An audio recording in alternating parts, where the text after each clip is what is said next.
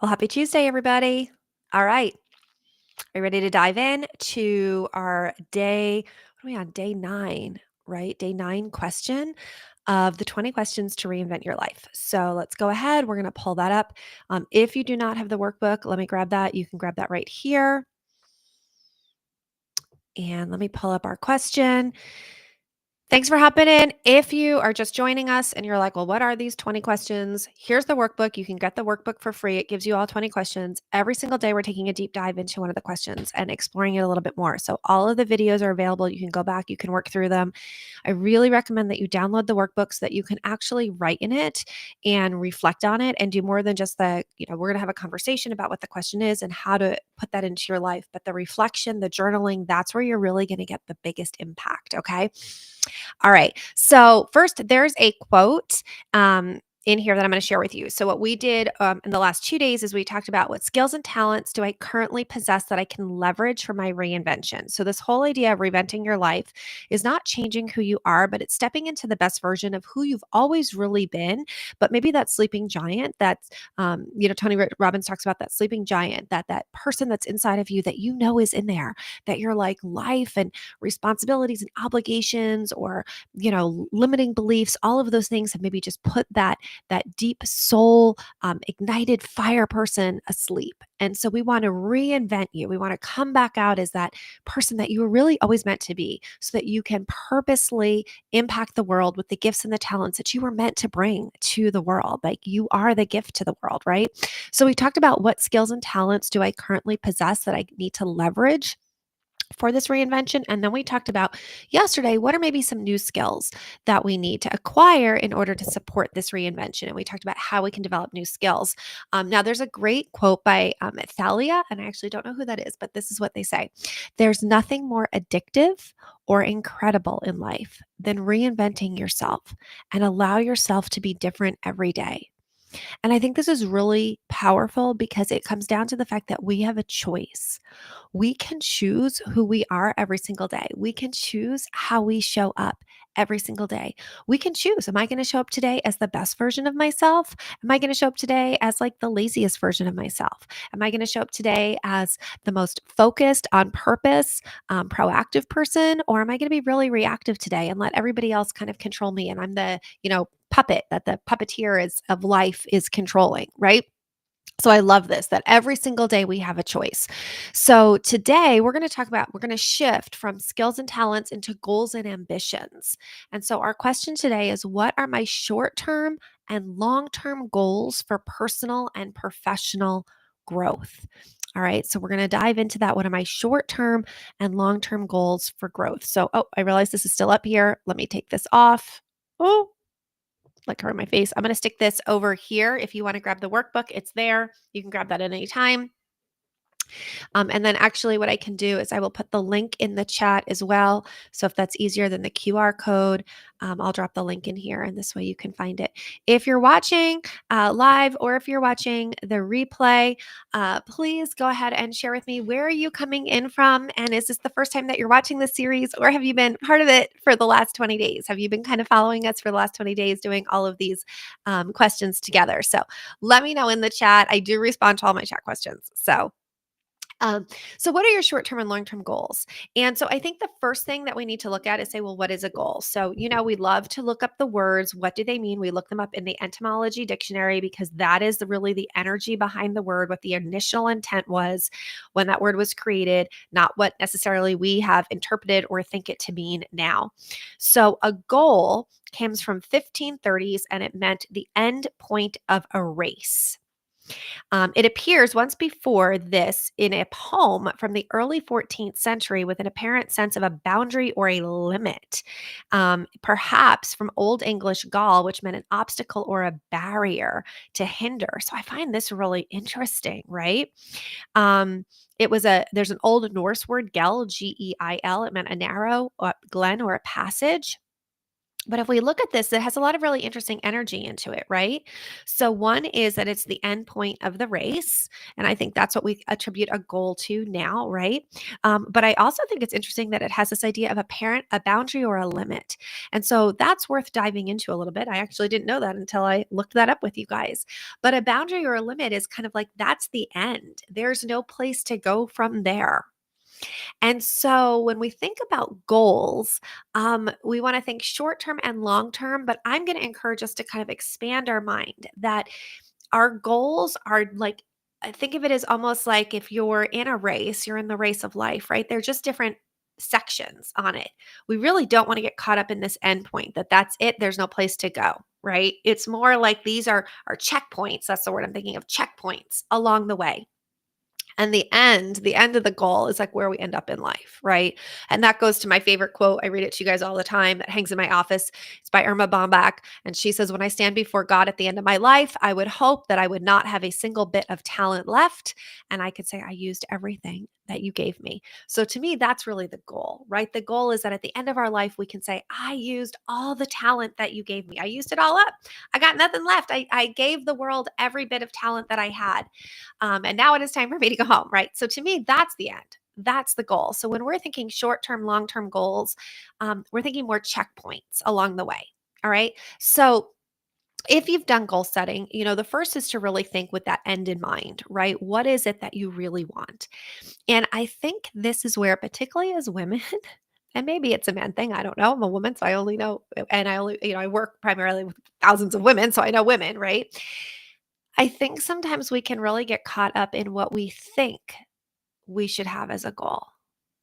So if you're watching, tell me, are you really clear on what your goal is? Are you like, yes, I really know my goal? Or are you like, I'm not really sure? Because I think when I look back on my life, a lot of times goals that I had were it wasn't because it was this deep inside of me, this is my goal. It was because, well, this is what my parents or at the time when I was married, my spouse, or what my community, or what my business, I'm in a company with hundreds of thousands of women. And so, that was my first business. And so a lot of times it was the goals that everybody else was doing. Those should be the goals, right? You can get caught up in that in your job. This is what your boss is saying your goal is. This is what culture, society is saying our goal is. Is the goal something that you really want, or is it what the expectation of other people that's been put on you that you're saying this is my goal? So I think that's the first thing, is really getting quiet and still enough with ourself and our soul to say, what do I really want? And this is challenging, right? What do you really want? And why do you really want it? And then what is the goal to make that happen? Okay. So when we're thinking long-term goals, there is a saying, I think Tony Robbins says it, but basically we totally we overestimate what we can do in a year and we underestimate what we can do in 5 years. Like in 5 years, you can completely reinvent your entire life to it completely unrecognizable to how it is today. But we overestimate that, oh, in a year, I'm going to have done all of these things. So, with that framework in mind, when we're thinking of our goals, I really want to focus just on this year. We're reinventing our life this year. So, let's fast forward. It's January now. Whenever you're watching this video, just think 12 months from now. Where would you like to be? What would you like your life to look like? What would you like to be doing? Right. And then you work backwards and you say, okay, well, where would I need to be in, 8 months and then 6 months and then in this quarter? Now, one of the things that people will ask is they say, well, is this reasonable? Is this goal reasonable? So when I work with women and they're setting their goals, that is a common thing. Do you think this is realistic? Have you ever said that? If you've ever said that, let me know that in the chat. Is this realistic? Is this goal realistic? I had a mentor one time and she said, what's realistic? Realistic is only what you're willing to work for. Is it realistic? And I think that there's a fine line there, right? Like I could say, all right, I want to be in the Olympics. I'm gonna sneeze.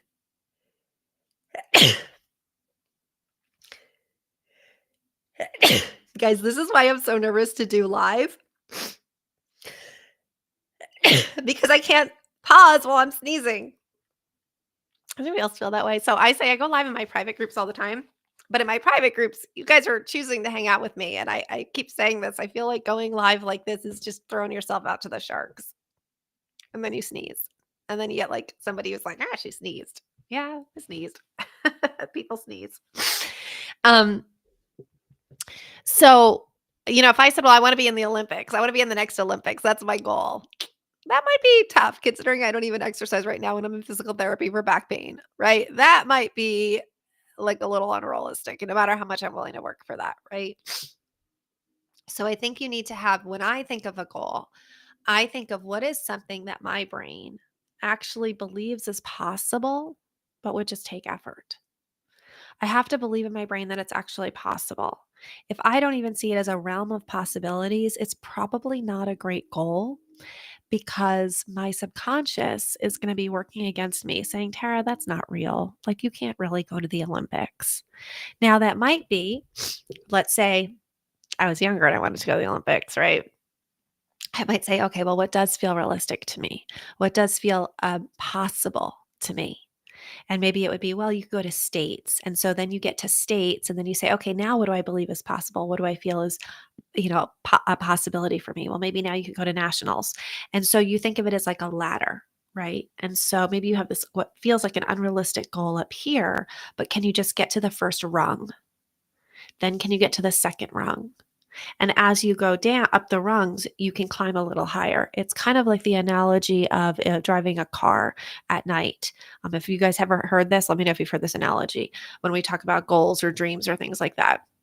There are some people who they have really great night vision. They can see all the way down there. They can be like, that's my goal. I see it. I know I can have this. There's a lot more of us that are like, well, that feels like a wish. It feels like a dream. Like, I don't really believe that's possible. I can't really see that for myself. And you think of you're driving at night, right? And you have the beams of your car that shine in front of you. And they shine what? Like maybe a few feet in front of you, let's say 4 or 5 feet in front of you. And so all you can really see is that 4 or 5 feet in front of you. But as you drive, now you can see 4 or 5 feet more in front of you. And then you get there and then you see the next 4 or 5 feet. And then you get there and you see the next 4 or 5 feet. And eventually you'll get to the same spot. You'll get to the destination, but you can only see that little bit in front of you. So if you have a goal where you're like, well, this really feels more like a wish or a dream, it just doesn't even feel possible for me, then I would encourage you to picture yourself in a car and say, okay, what does feel possible in the next 4 or 5 feet? What can you see realistically? Now, you don't want a goal that is so easy that you're like, oh, that will take no effort. That does not stretch you. One of the things that we do in Hey Girl, You Can, and we did for a long time when we were on Clubhouse, is every single day we did goal setting for confidence.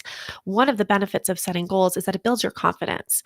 We are wired to win, we're not wired to work. And so when we win again and again and again, it builds our confidence. And there's a whole strategy and there's a whole way that we do that. We're not going to dive into that now, how to set goals that build your confidence. If that's something that you're interested in, just put in the comments. We can come back and do another live on that goal setting for confidence building. But setting goals really does build your confidence, right? It shows you that what you're capable of. But it needs to be something that you actually believe you can achieve. So in a year, what do you actually believe you could achieve with effort, with having to make some adjustments, some pivots, maybe build some new skills like we talked about yesterday? But what is something that you actually believe you could achieve? And then I want you to tie that with how it will make you feel, because we are so driven by how we feel. Now, feelings are fickle. I think this works against us a lot of the times because of how we feel cannot always be trusted, particularly as women. But we are driven by how we feel.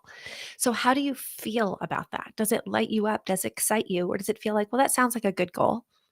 It sounds like something I should do. It sounds like that, that's what other people are saying they should do. That's not a great goal. It needs to be something that is so aligned with you, your purpose. So if you remember the first we're in day nine of the questions, but our first questions that we were asking ourselves are, what are our core values? What is our purpose? Why are these things important to us?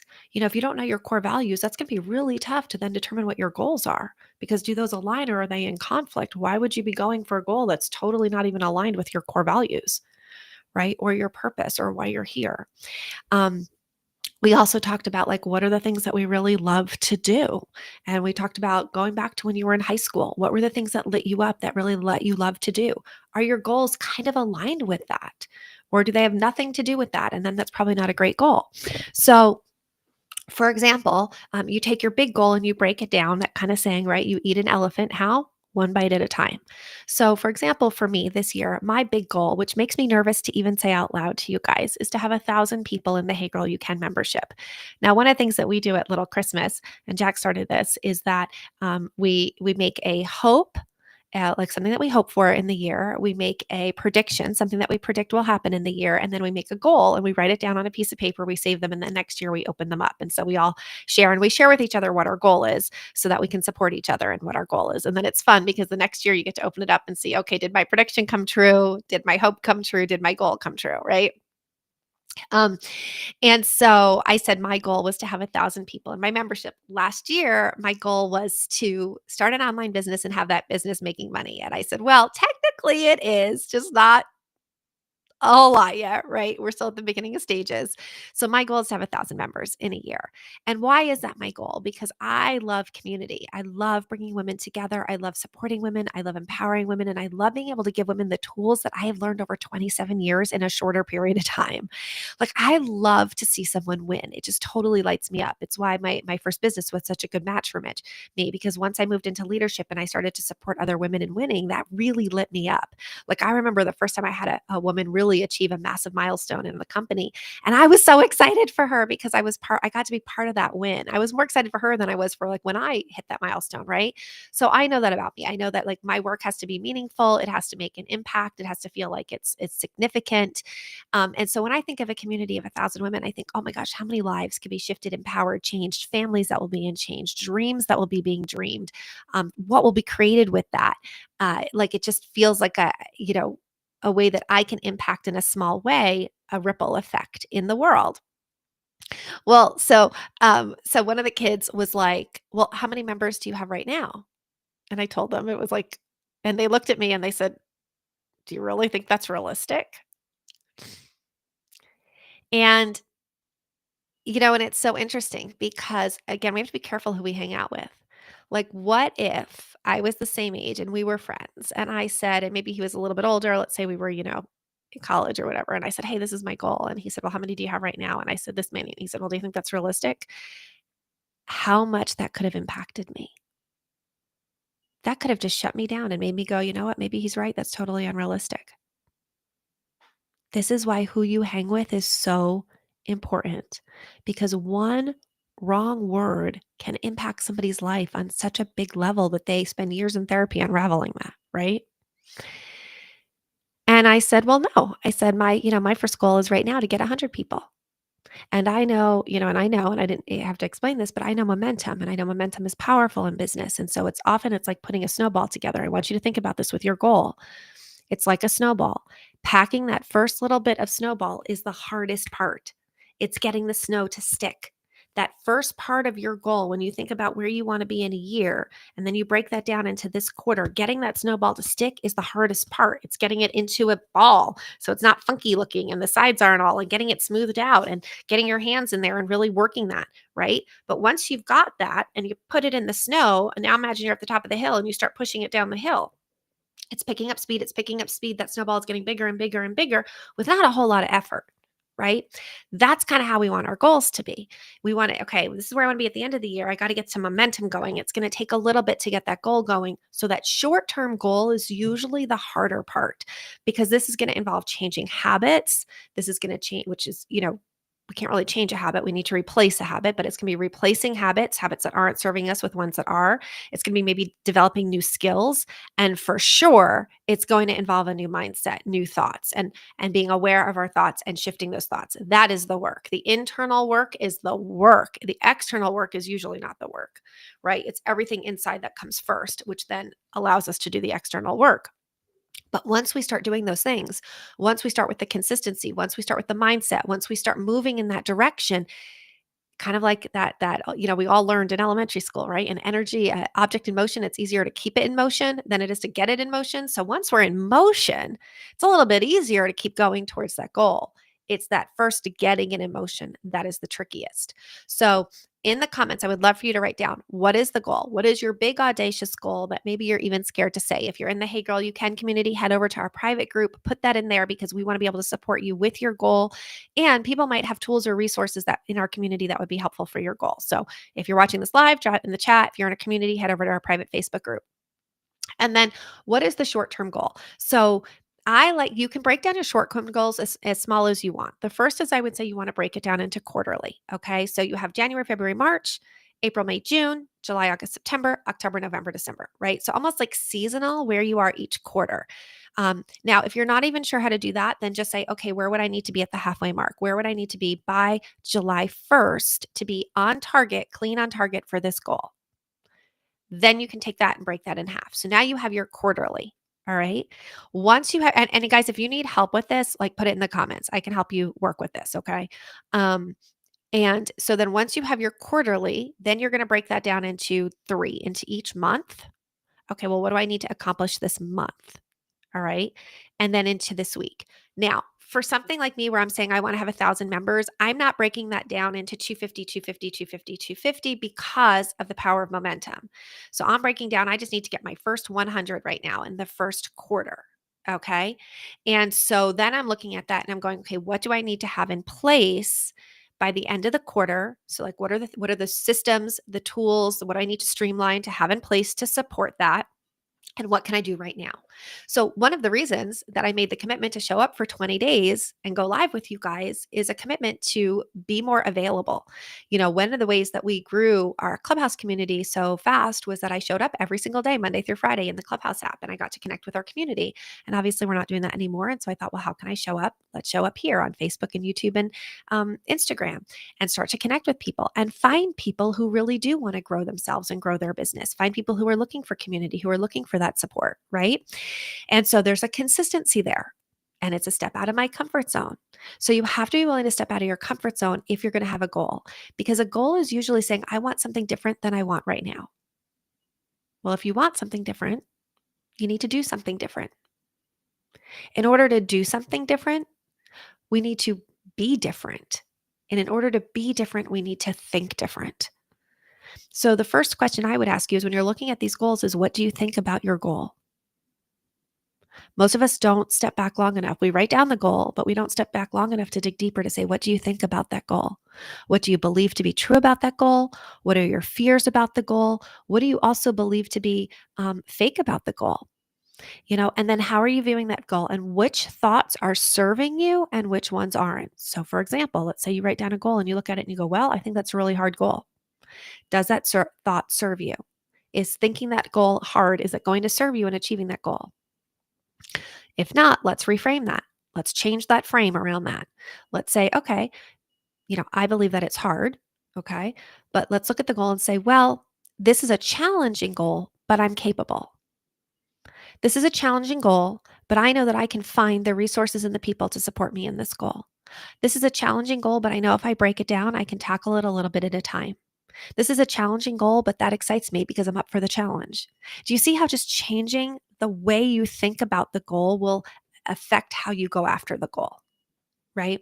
So tomorrow we're going to continue on this in our goals for our 2025. We're going to dig a little bit deeper into this idea of goal setting. But for today, we want to come up with what is our big goal for the year. And again, when we're saying long-term goals, we're not talking 5 years or 10 years out. What we're really focusing on with this reinvention is right now, this year, because our whole focus this year is to make this our best year.